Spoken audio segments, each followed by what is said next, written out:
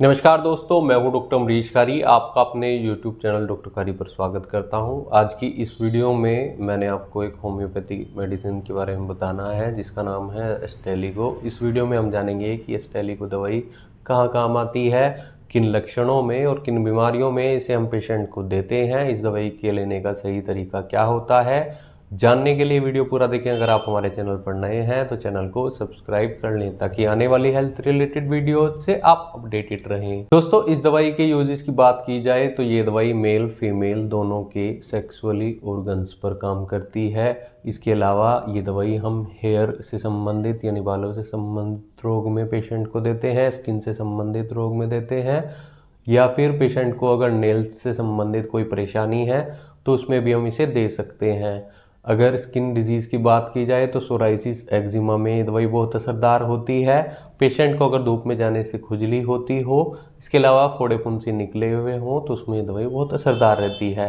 बालों के झड़ने पर भी ये दवाई पेशेंट को हम देते हैं अगर बालों में खुजली हो। तो इसके हेड के सिम्टम्स की बात करें यानी सिर के सिम्टम्स की बात करें तो महिलाओं में जब मेंसेस होते हैं तो पेशेंट को सिर दर्द होता है। ऐसी कंडीशन में ये दवाई बहुत इफेक्टिव रहती है।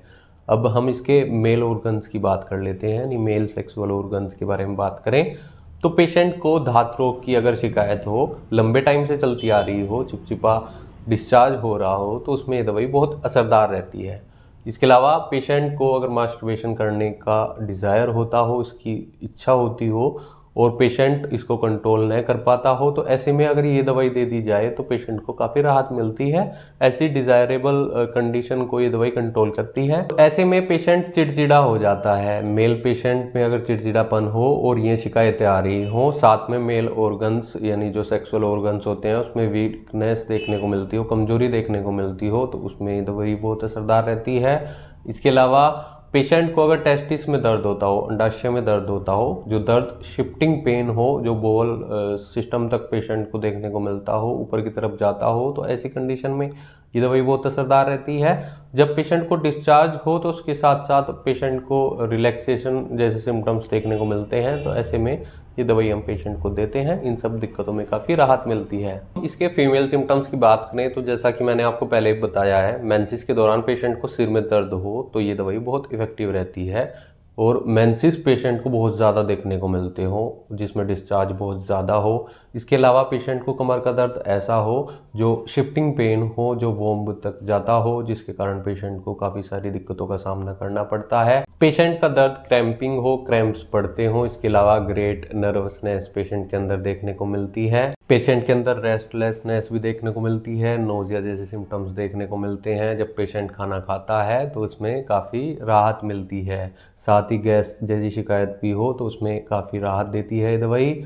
और फ्रिक्वेंट यूरिनेशन यानी बार बार अगर पेशेंट को पेशाब आ रहा हो, खासतौर पर महिलाओं में, तो ऐसे में अगर पेशेंट को ये दवाई दे दी जाए तो इन सब दिक्कतों में काफ़ी राहत मिलती है। इसके एग्रावेशन की बात करें यानी पेशेंट को ये सारी शिकायतें कब बढ़ती हैं, गर्म कमरे में जाने से या हल्की सी मूवमेंट करने के बाद ये सारी दिक्कतें बढ़ती हैं। वो चाहे कमर का दर्द हो, सिर का दर्द हो या फिर डिस्चार्ज हो रहा हो।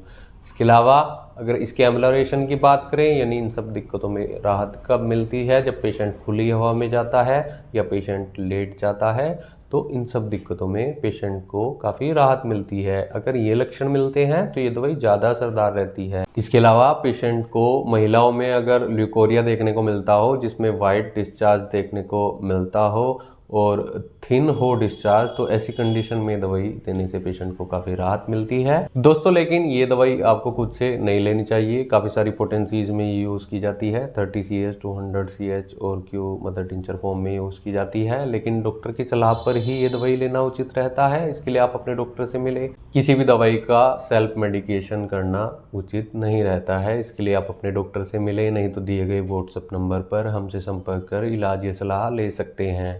वीडियो देखने के लिए धन्यवाद। चैनल को सब्सक्राइब करें। कमेंट सेक्शन में हमें बताएं कि हमारी वीडियोस आपको कैसी लगती हैं। Thank you.